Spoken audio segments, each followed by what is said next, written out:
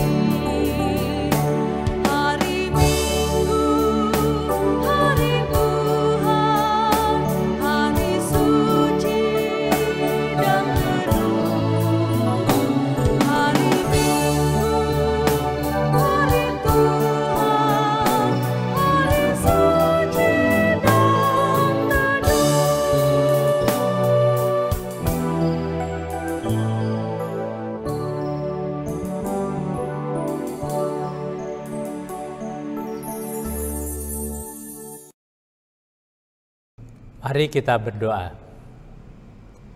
Puji dan syukur kami naikkan ke hadirat Tuhan yang Maha Baik. Ya Allah Bapa yang di surga, kami berterima kasih untuk kasih setia Tuhan yang boleh melindungi kami selama seminggu yang telah lewat ini. Kami bersyukur ya Bapa untuk penyertaan dan berkat-berkat Tuhan kepada kami. Bapa yang di surga, kami mau akui dalam kehidupan kami seminggu yang telah lalu ini, kami sering lalai, berbuat salah, mengecewakan hati Tuhan melalui tindakan, perkataan maupun pikiran kami. Ya Bapa, kami mohon Engkau mengampuni kami, Engkau mensucikan kami agar kami layak untuk ibadah pada hari ini. Kiranya kasih karunia yang dari Allah Bapa serta anaknya Tuhan Yesus Kristus dan pertolongan Roh Kudus yang menyertai kita, menyertai ibadah ini dari awal hingga akhirnya ya Bapa. Bapa yang di surga, ketika kami dalam ibadah ini akan membaca dan merenungkan firman Tuhan, kami mohon ya Bapa, kiranya Tuhan mau beserta dengan kami, dan biarlah firman ini boleh tertanam di dalam hati dan pikiran kami, dan menjadi pedoman dalam hidup kami sehari-hari. Bersabdalah ya Bapa, karena anak-anak-Mu sudah siap mendengarkannya. Di dalam nama Tuhan Yesus kami sudah berdoa. Amin. Pembacaan Alkitab pada hari ini terambil dari Amsal pasal 3 ayat 13 sampai ke 20 yang berbunyi demikian.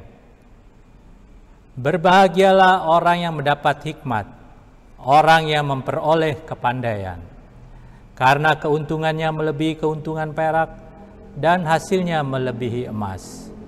Ia lebih berharga daripada permata. Apapun yang kau inginkan tidak dapat menyamainya.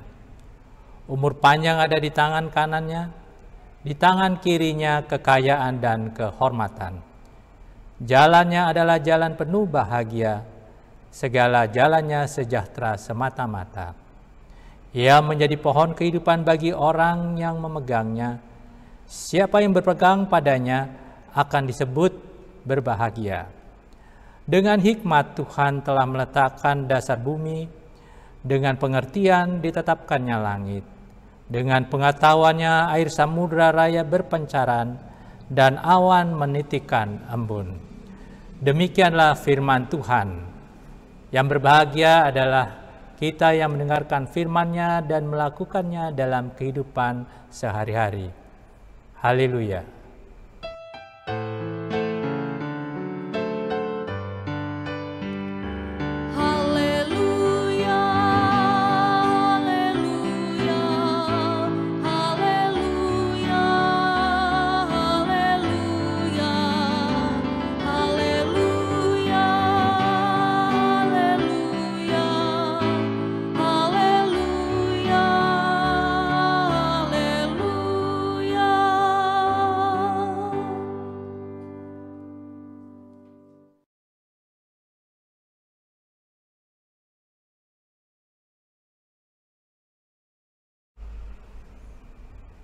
Sejarah mencatat bahwa manusia telah melewati 3 tahapan revolusi industri yang dimulai pada abad 18 dengan revolusi industri pertama dengan ditemukannya mesin uap di negeri Inggris. Kemudian dilanjutkan dengan revolusi industri kedua di mana dalam proses industri digunakan conveyor belt untuk meningkatkan kapasitas produksi secara besar-besaran. Dalam tahapan ketiga revolusi industri pada abad 20, manusia mengembangkan teknologi komputer dari yang seukuran sebesar kamar tidur menjadi seukuran seperti buku tulis. Saudara sekalian, saat ini sejarah pun sedang mencatat bahwa manusia memasuki tahapan revolusi industri yang keempat atau yang lebih dikenal dengan Industri 4.0 atau Industri 4.0. Di dalam periode ini, peran internet dan big data atau cloud computing, komputasi awan, sangat dominan. Dengan adanya kemajuan ini, manusia pun bekerja bisa dari berbagai tempat di dunia tanpa bertemu satu dengan yang lain. Peran internet dan big data demikian besarnya, sehingga transaksi data begitu masif di dalam internet. Di era ini pun manusia berusaha untuk mencari kebahagiaan dengan memanfaatkan teknologi internet maupun big data tadi. Kita bisa melihat industri musik maupun perfilman pun memanfaatkan ini. Dan manusia pun sering tidak puas dengan apa yang sudah dia dapat. Dia masih ingin mencari terus kebahagiaan di dalam era industri 4.0 ini. Nah, saudara sekalian, tidak jarang pun kita melihat begitu banyak orang melakukan kejahatan atau penipuan melalui internet ini. Orang-orang salah memanfaatkan kemajuan ini untuk kepentingannya sendiri. Saudara, di dalam bacaan kita pada hari ini, Amsal pasal 3 ayat 13 sampai 20 tadi, kita melihat di dalam ayat ke-13, Amsal mengajarkan kepada kita demikian. Berbahagialah orang yang mendapat hikmat. Firman Tuhan ini berkata bahwa kebahagiaan itu bisa diperoleh apabila kita mendapat hikmat. Beberapa literatur mendefinisikan hikmat itu sebagai pengertian atau pemahaman atau wawasan yang dalam mengenai sesuatu.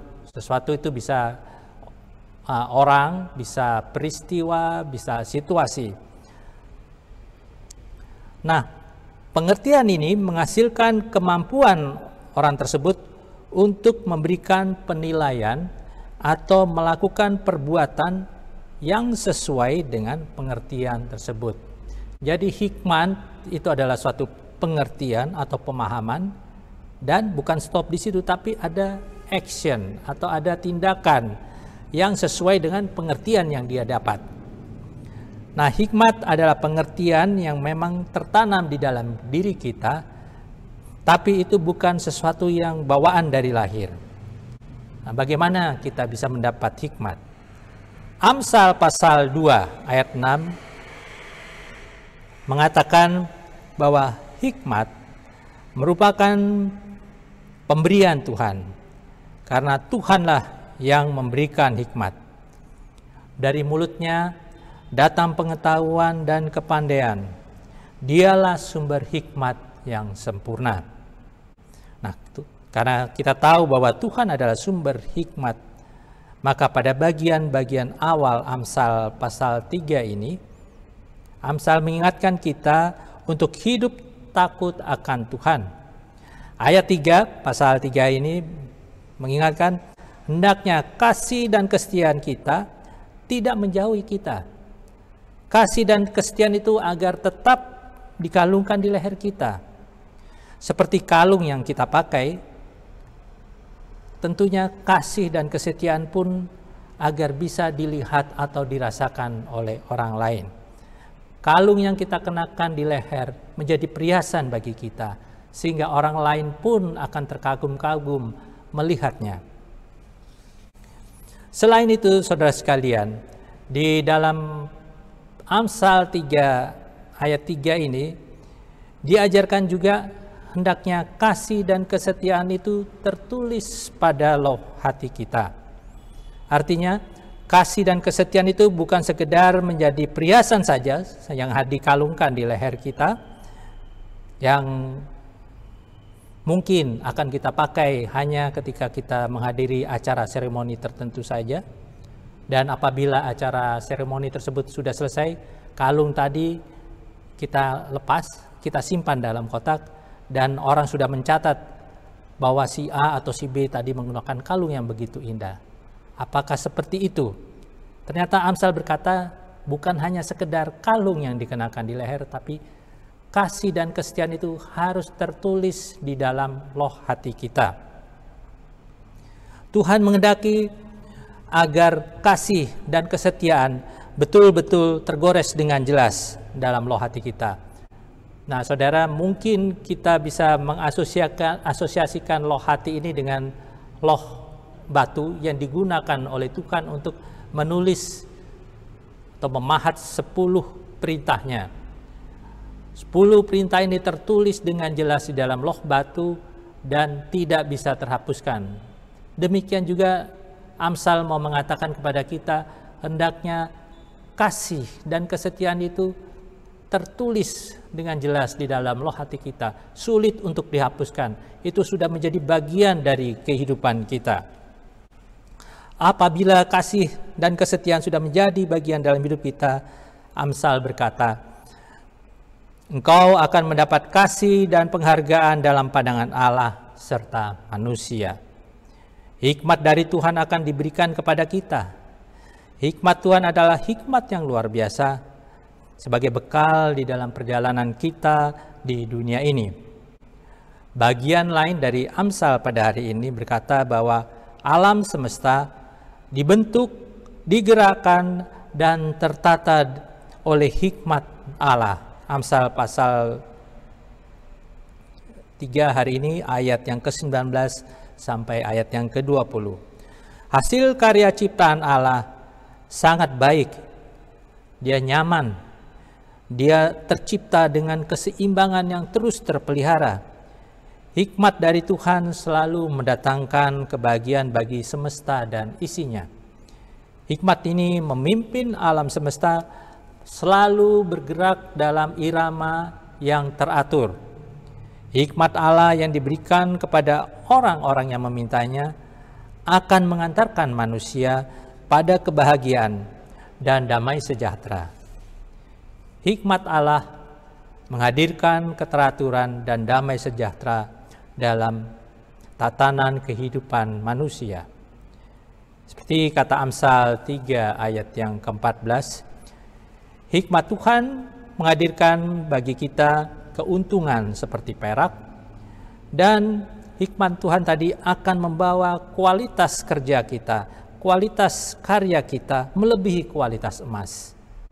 Ayat 15 pun menekankan hidup kita menjadi sangat berharga melebihi permata jika kita hidup dengan hidup hikmat yang berasal dari Tuhan.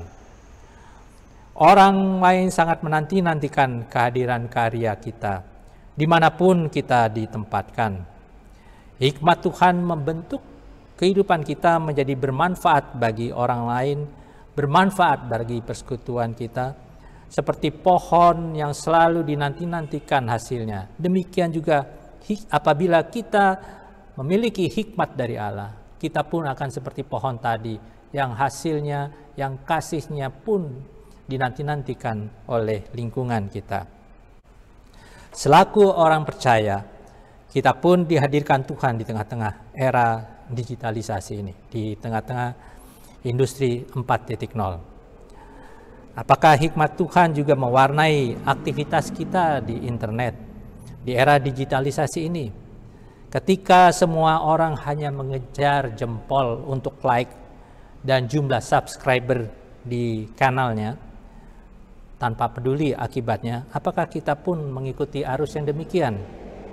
Atau bahkan mungkin kita akan tergulung oleh era digitalisasi ini. Saudara sekalian, satu kali saya membaca satu artikel, di situ disampaikan demikian.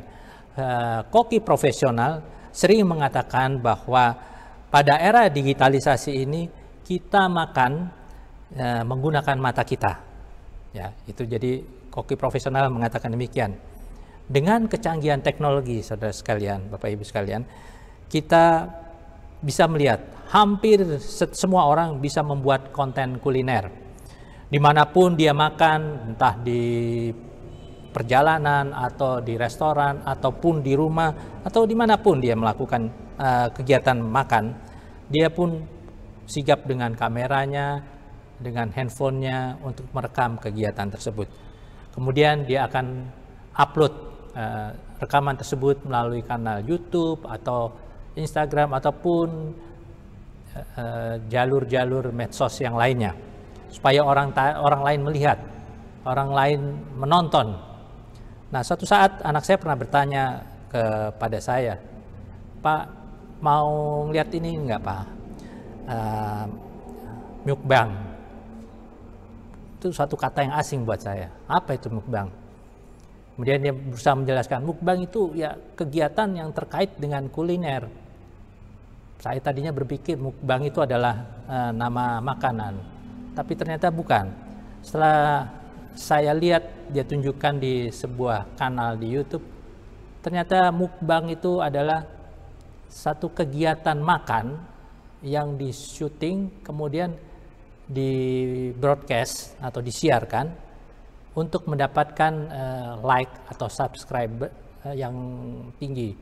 Apabila dia sudah mendapatkan like atau subscribe atau viewer atau penonton yang banyak sampai jumlah tertentu, maka mulailah mengalir pemasukan.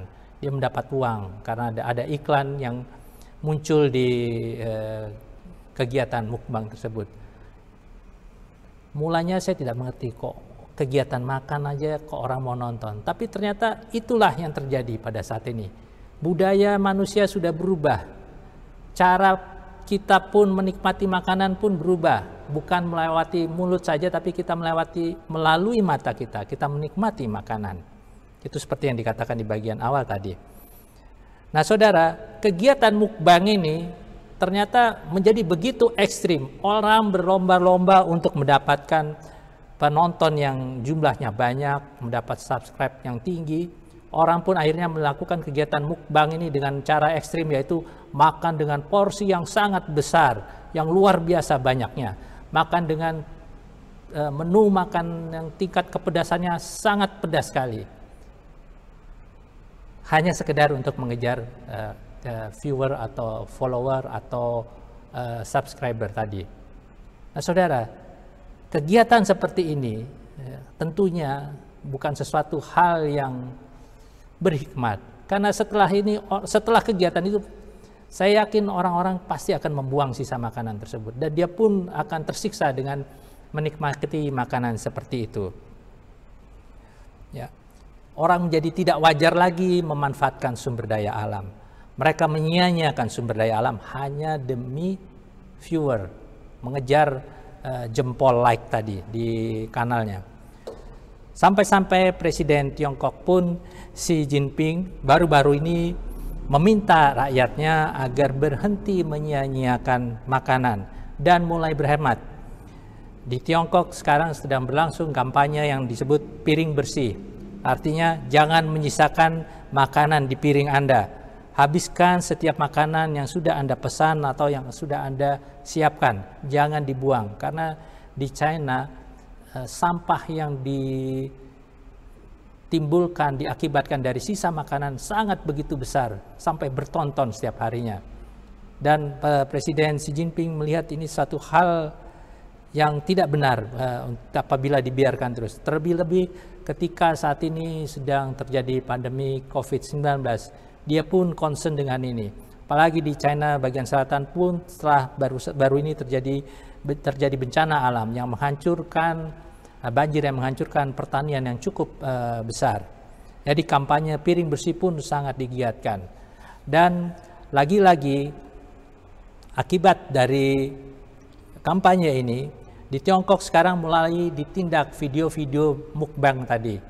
Orang pun mulai segan untuk menonton video mukbang. Dan video mukbang itu sekarang dibuat agak blur, sehingga orang pun nggak tertarik lagi untuk menontonnya. Nah, saudara, Bapak Ibu sekalian, hikmat itu sangat diperlukan ketika kita mulai memanfaatkan teknologi, khususnya di ruang publik seperti internet. Tindakan dalam mukbang tadi jelas tidak berhikmat dan kita menyia-nyiakan sumber daya alam. Nah, perbudakan di zaman now ini seperti dalam renungan minggu lalu menjerat manusia dalam sektor-sektor produksi dan dalam menghasilkan barang dan jasa. Namun, tanpa hikmat dari Tuhan, maka siapapun kita bisa menjadi budak-budak dalam era digitalisasi saat ini. Ketidaksanggupan kita menguasai jari-jari kita ketika berselancar di dunia maya, di internet, dan disertai dengan daya tarik medsos yang begitu luar biasa, dapat mencengkeram kita untuk menjadi candu terhadap produk dari era digitalisasi ini. Orang menjadi tidak peduli lagi dengan perasaan orang lain ataupun kondisi lingkungannya. Dia menyia-nyiakan makanan, sementara di tengah lingkungannya kekurangan makanan. Akibat perbudakan era digitalisasi ini, orang pun rela mengambil tindakan yang akhirnya mengantar dia ke penjara karena pelanggaran Undang-Undang ITE atau pencemaran nama baik. Orang bisa kehilangan empati terhadap tenaga medis yang sudah mempertaruhkan nyawanya untuk menolong sesamanya selama pandemi COVID-19 ini. Orang pun menjadi acuh tak acuh terhadap setiap usaha yang dilakukan pemerintah di dalam rangka penuntasan pandemi COVID-19 ini. Semua itu tadi akibat dari perbudakan di era digitalisasi ini.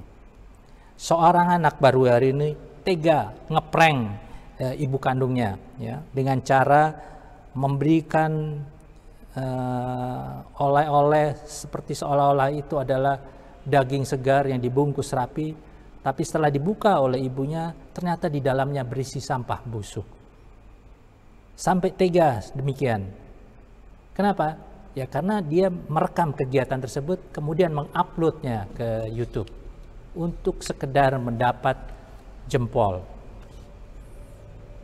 Selaku orang yang takut akan Tuhan, saudara, kita diberi hikmat untuk memanfaatkan kemajuan teknologi ini untuk hal-hal yang bisa membangun bagi sesama.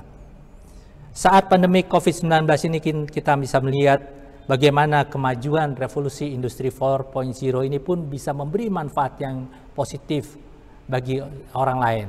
Kita bisa melihat ada usaha yang dilakukan oleh lembaga-lembaga maupun perorangan untuk menunjang kegiatan pendidikan melalui jarak jauh, melalui online.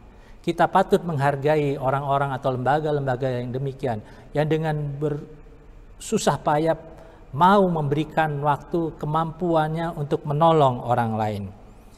Firman Tuhan dalam Amsal hari ini berkata bahwa hikmat Tuhan akan mengantar kita pada jalan damai sejahtera. Umur panjang dan kehormatan ada di tangan kita apabila Tuhan beserta dengan kita. Orang yang berjalan dengan hikmat Tuhan akan menempuh perjalanan panjang namun penuh kebahagiaan dan segala jalannya adalah jalan sejahtera. Kehidupan kita akan menjadi pohon kehidupan bagi orang lain, dan orang lain akan dihidupkan oleh karena hikmat Tuhan yang ada pada diri kita. Dengan hikmat Tuhan, jari-jari kita tidak akan mudah tergelincir di papan keyboard komputer atau di keypad handphone kita. Keyboard dan keypad kita akan mendatangkan sukacita bagi orang lain yang menerima pesan kita atau yang melihat hasil karya kita terpampang di media publik. Kasih dan kesetiaan akan selalu mewarnai dunia industri 4.0 ketika anak-anak Tuhan hadir di situ mendengar hikmat dari Tuhan. Amin.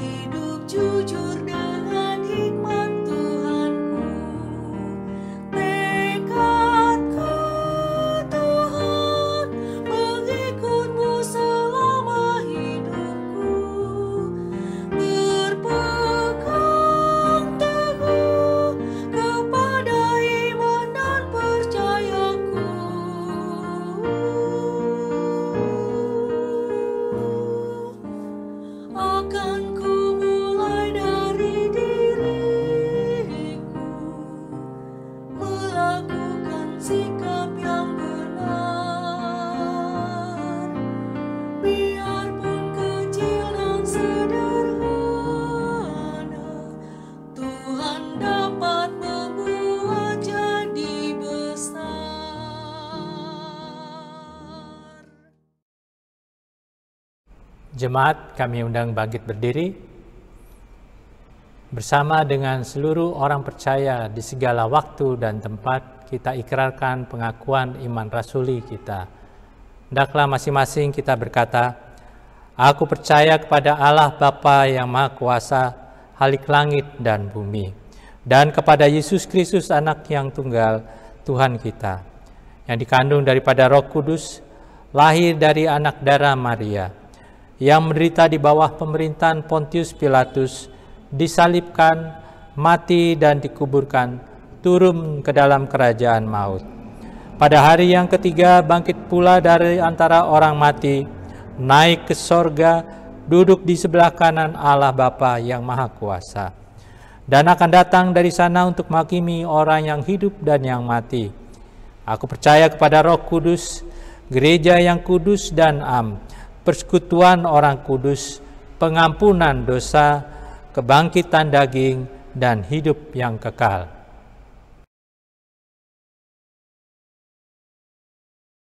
Mari kita bersatu di dalam doa. Kami bersyukur ya Allah Bapa yang di surga untuk firman yang boleh kami terima pada hari ini. Kami berterima kasih ya Tuhan untuk berkat Tuhan, untuk hikmat Tuhan yang boleh Tuhan berikan kepada kami. Bapa yang di surga, perjalanan kehidupan kami banyak tantangan. Ketika kami mengarungi revolusi industri keempat ini, kami seringkali lemah ya Bapa. Bapa, kami mohon biarlah firman Tuhan pada hari ini boleh menguatkan kami, anak-anak-Mu di dunia ini, untuk bersama-sama maju terus di tengah-tengah tantangan zaman, tengah-tengah revolusi industri keempat ini. Biarlah hikmat Tuhan selalu beserta dengan kami, dan kami boleh menjadi berkat bagi orang lain. Kami boleh menjadi pohon kehidupan yang selalu dinanti-nantikan oleh orang lain ya Bapa. Kau berkati kami ya Bapa, juga gereja-Mu, agar gereja-Mu pun di muka bumi ini boleh menjadi berkat bagi orang lain. Biarlah kabar keselamatan, kasih setia Tuhan melalui kematian Tuhan Yesus Kristus boleh tersebar melalui pohon kehidupan kami yang dinanti-nantikan oleh orang. Bapa yang di surga, pada hari ini kami mendoakan bagi bangsa dan negara kami ya Bapa. Kami mendoakan bagi para pemimpin kami. Tuhan tolong mereka, berikan mereka hikmat serta kebijaksanaan dari Tuhan. Khususnya ketika pemerintah kami sedang berusaha secara gigih terus-menerus untuk mengatasi pandemi COVID-19 ini Bapak. Kami mohon Tuhan mau tolong, biarlah kasih setia Tuhan, kesabaran dan kesetiaan boleh tetap ada di tangan para pemimpin kami. Mereka boleh melakukan tugas-tugasnya hanya untuk kepentingan orang banyak ya Bapak. Kami juga teringat bagi para tenaga para medis yang juga berjuang secara penuh dan tidak henti-hentinya. Tuhan mau tolong mereka ya Bapak. Tuhan berkati mereka dan biarlah Tuhan melindungi mereka dari segala hal yang jahat, juga hal-hal yang bisa mencelakakan kehidupan mereka. Tuhan mau lengkapi mereka ya Bapa dengan kesehatan dan kekuatan serta perlindungan dari Tuhan. Kau berkati keluarga mereka juga ya Bapa, biarlah keluarga mereka pun dalam lindungan Tuhan dan mendapat sukacita dari Tuhan. Bapa yang di surga, kami pun teringat bagi orang-orang yang menderita baik secara ekonomi, mental maupun sakit secara fisik akibat dari pandemi COVID-19 ini. Tuhan mau tolong mereka, dengarkanlah pergumulan mereka dan permohonan mereka ya Bapa. Seruan mereka biarlah Tuhan mau dengar dan penuhi ya Bapa, agar di tengah kesulitan yang mereka alami, mereka pun boleh melihat pengharapan di dalam Tuhan. Bapa yang di surga, kami mendoakan bagi pelayanan gerejamu GPIB Anugerah di sekitar wilayah Bendungan Hilir ini ya Bapa. Tuhan mau tolong persekutuan kami ya Bapa, berkati jemaatmu dimanapun mereka berada. Biarlah kami boleh terus dengan setia untuk mendukung persekutuan ini dan boleh memuliakan Tuhan melalui persekutuan kami. Kami mendoakan bagi Ketua Majelis Jemaat kami, Pendeta Caroline Hale Montolalu. Tuhan mau tolong dia, berikan dia hikmat serta kebijaksanaan dari Tuhan di dalam memimpin jemaatmu di sini. Tuhan berikan kekuatan dan kesehatan kepadanya ya Bapa. Biarlah ada selalu sukacita dalam kehidupannya, dalam tugas pelayanannya ya Bapa. Berkati keluarganya juga ya Bapa, biarlah keluarga ini boleh Tuhan terus pakai untuk menyebarkan kerajaan Tuhan di tengah-tengah pelayanannya ya Bapa. Kami juga teringat bagi pembangunan yang sedang kami lakukan pada saat ini. Bapa, kami mohon kiranya Tuhan beserta dengan kami di dalam penyelesaian pembangunan gedung gereja ini. Berikan kami hikmat Tuhan, kemampuan di dalam penyelesaian pembangunan ini. Kami berterima kasih dan kami mendoakan bagi orang-orang yang sudah mendukung proses pembangunan ini ya Bapak. Kiranya mereka ada dalam lindungan Tuhan dan berkat Tuhan selalu. Bapa yang di surga, kami juga teringat bagi jemaatmu yang saat ini sedang terbaring lemah karena sakit atau karena usia lanjut ya Bapak. Kami teringat akan Ibu Sukandar, Bapak Edi Kemur, Ibu Nadia Solum, Ibu Teti Tobing, Ibu Weno, Bapak dan Ibu Saduk, Ibu Edi Sobari, Bapak Dosayang, dan Bapak Freddy Kotambunan ya. Ya Bapak, kami teringat akan mereka di tengah-tengah penderitaan mereka atau kelemahan tubuh mereka pada saat ini. Bapak, kami mohon kiranya berkat Tuhan boleh hadir di tengah-tengah kesulitan atau kelemahan tubuh yang mereka alami saat ini. Biarlah pengharapan akan kasih Tuhan boleh selalu menyertai kehidupan mereka. Sehingga di tengah-tengah kelemahan tubuh mereka, mereka boleh melihat ada Tuhan di situ. Bapa yang di surga, kami juga bersyukur atas tambahan usia kelahiran atau perkawinan, atau atas keberhasilan usaha, atau atas keberhasilan pendidikan anak-anak kami. Bapa, kami berterima kasih untuk hal itu. Kiranya Tuhan sendiri mau melengkapi sukacita mereka dengan kasih setia Tuhan. Biarlah di tengah sukacita mereka, mereka tetap dengan setia memuliakan nama Tuhan. Terima kasih ya Bapa. Kami mohon kiranya Engkau kabulkan doa ini, karena semuanya ini kami naikkan hanya di dalam nama Tuhan Yesus Kristus yang sudah mengajar kami berdoa bersama-sama. Bapa kami yang di sorga, dikuduskanlah namamu, datanglah kerajaan-Mu, jadilah kehendak-Mu di bumi seperti di sorga. Berikanlah kami pada hari ini makanan kami yang secukupnya, dan ampunilah kami akan kesalahan kami, seperti kami juga mengampuni orang yang bersalah kepada kami. Dan janganlah membawa kami ke dalam pencobaan, tetapi lepaskanlah kami daripada yang jahat.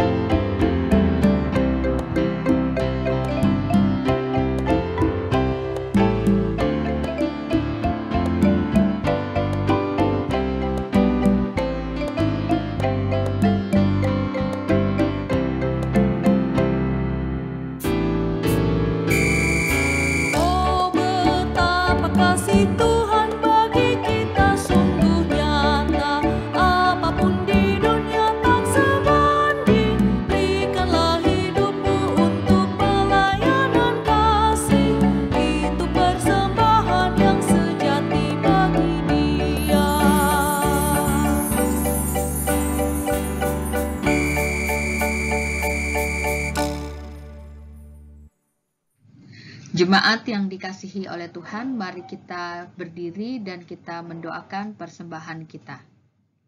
Ya Tuhan, sumber segala berkat dan anugerah, daripadamu datang segala sesuatu.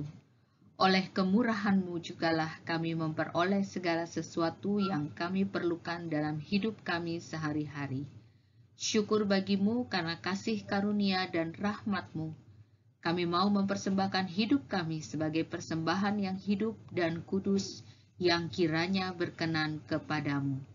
Terimalah persembahan syukur kami ini dan berkatilah agar berguna bagi pelayanan gerejamu di dunia ini. Amin.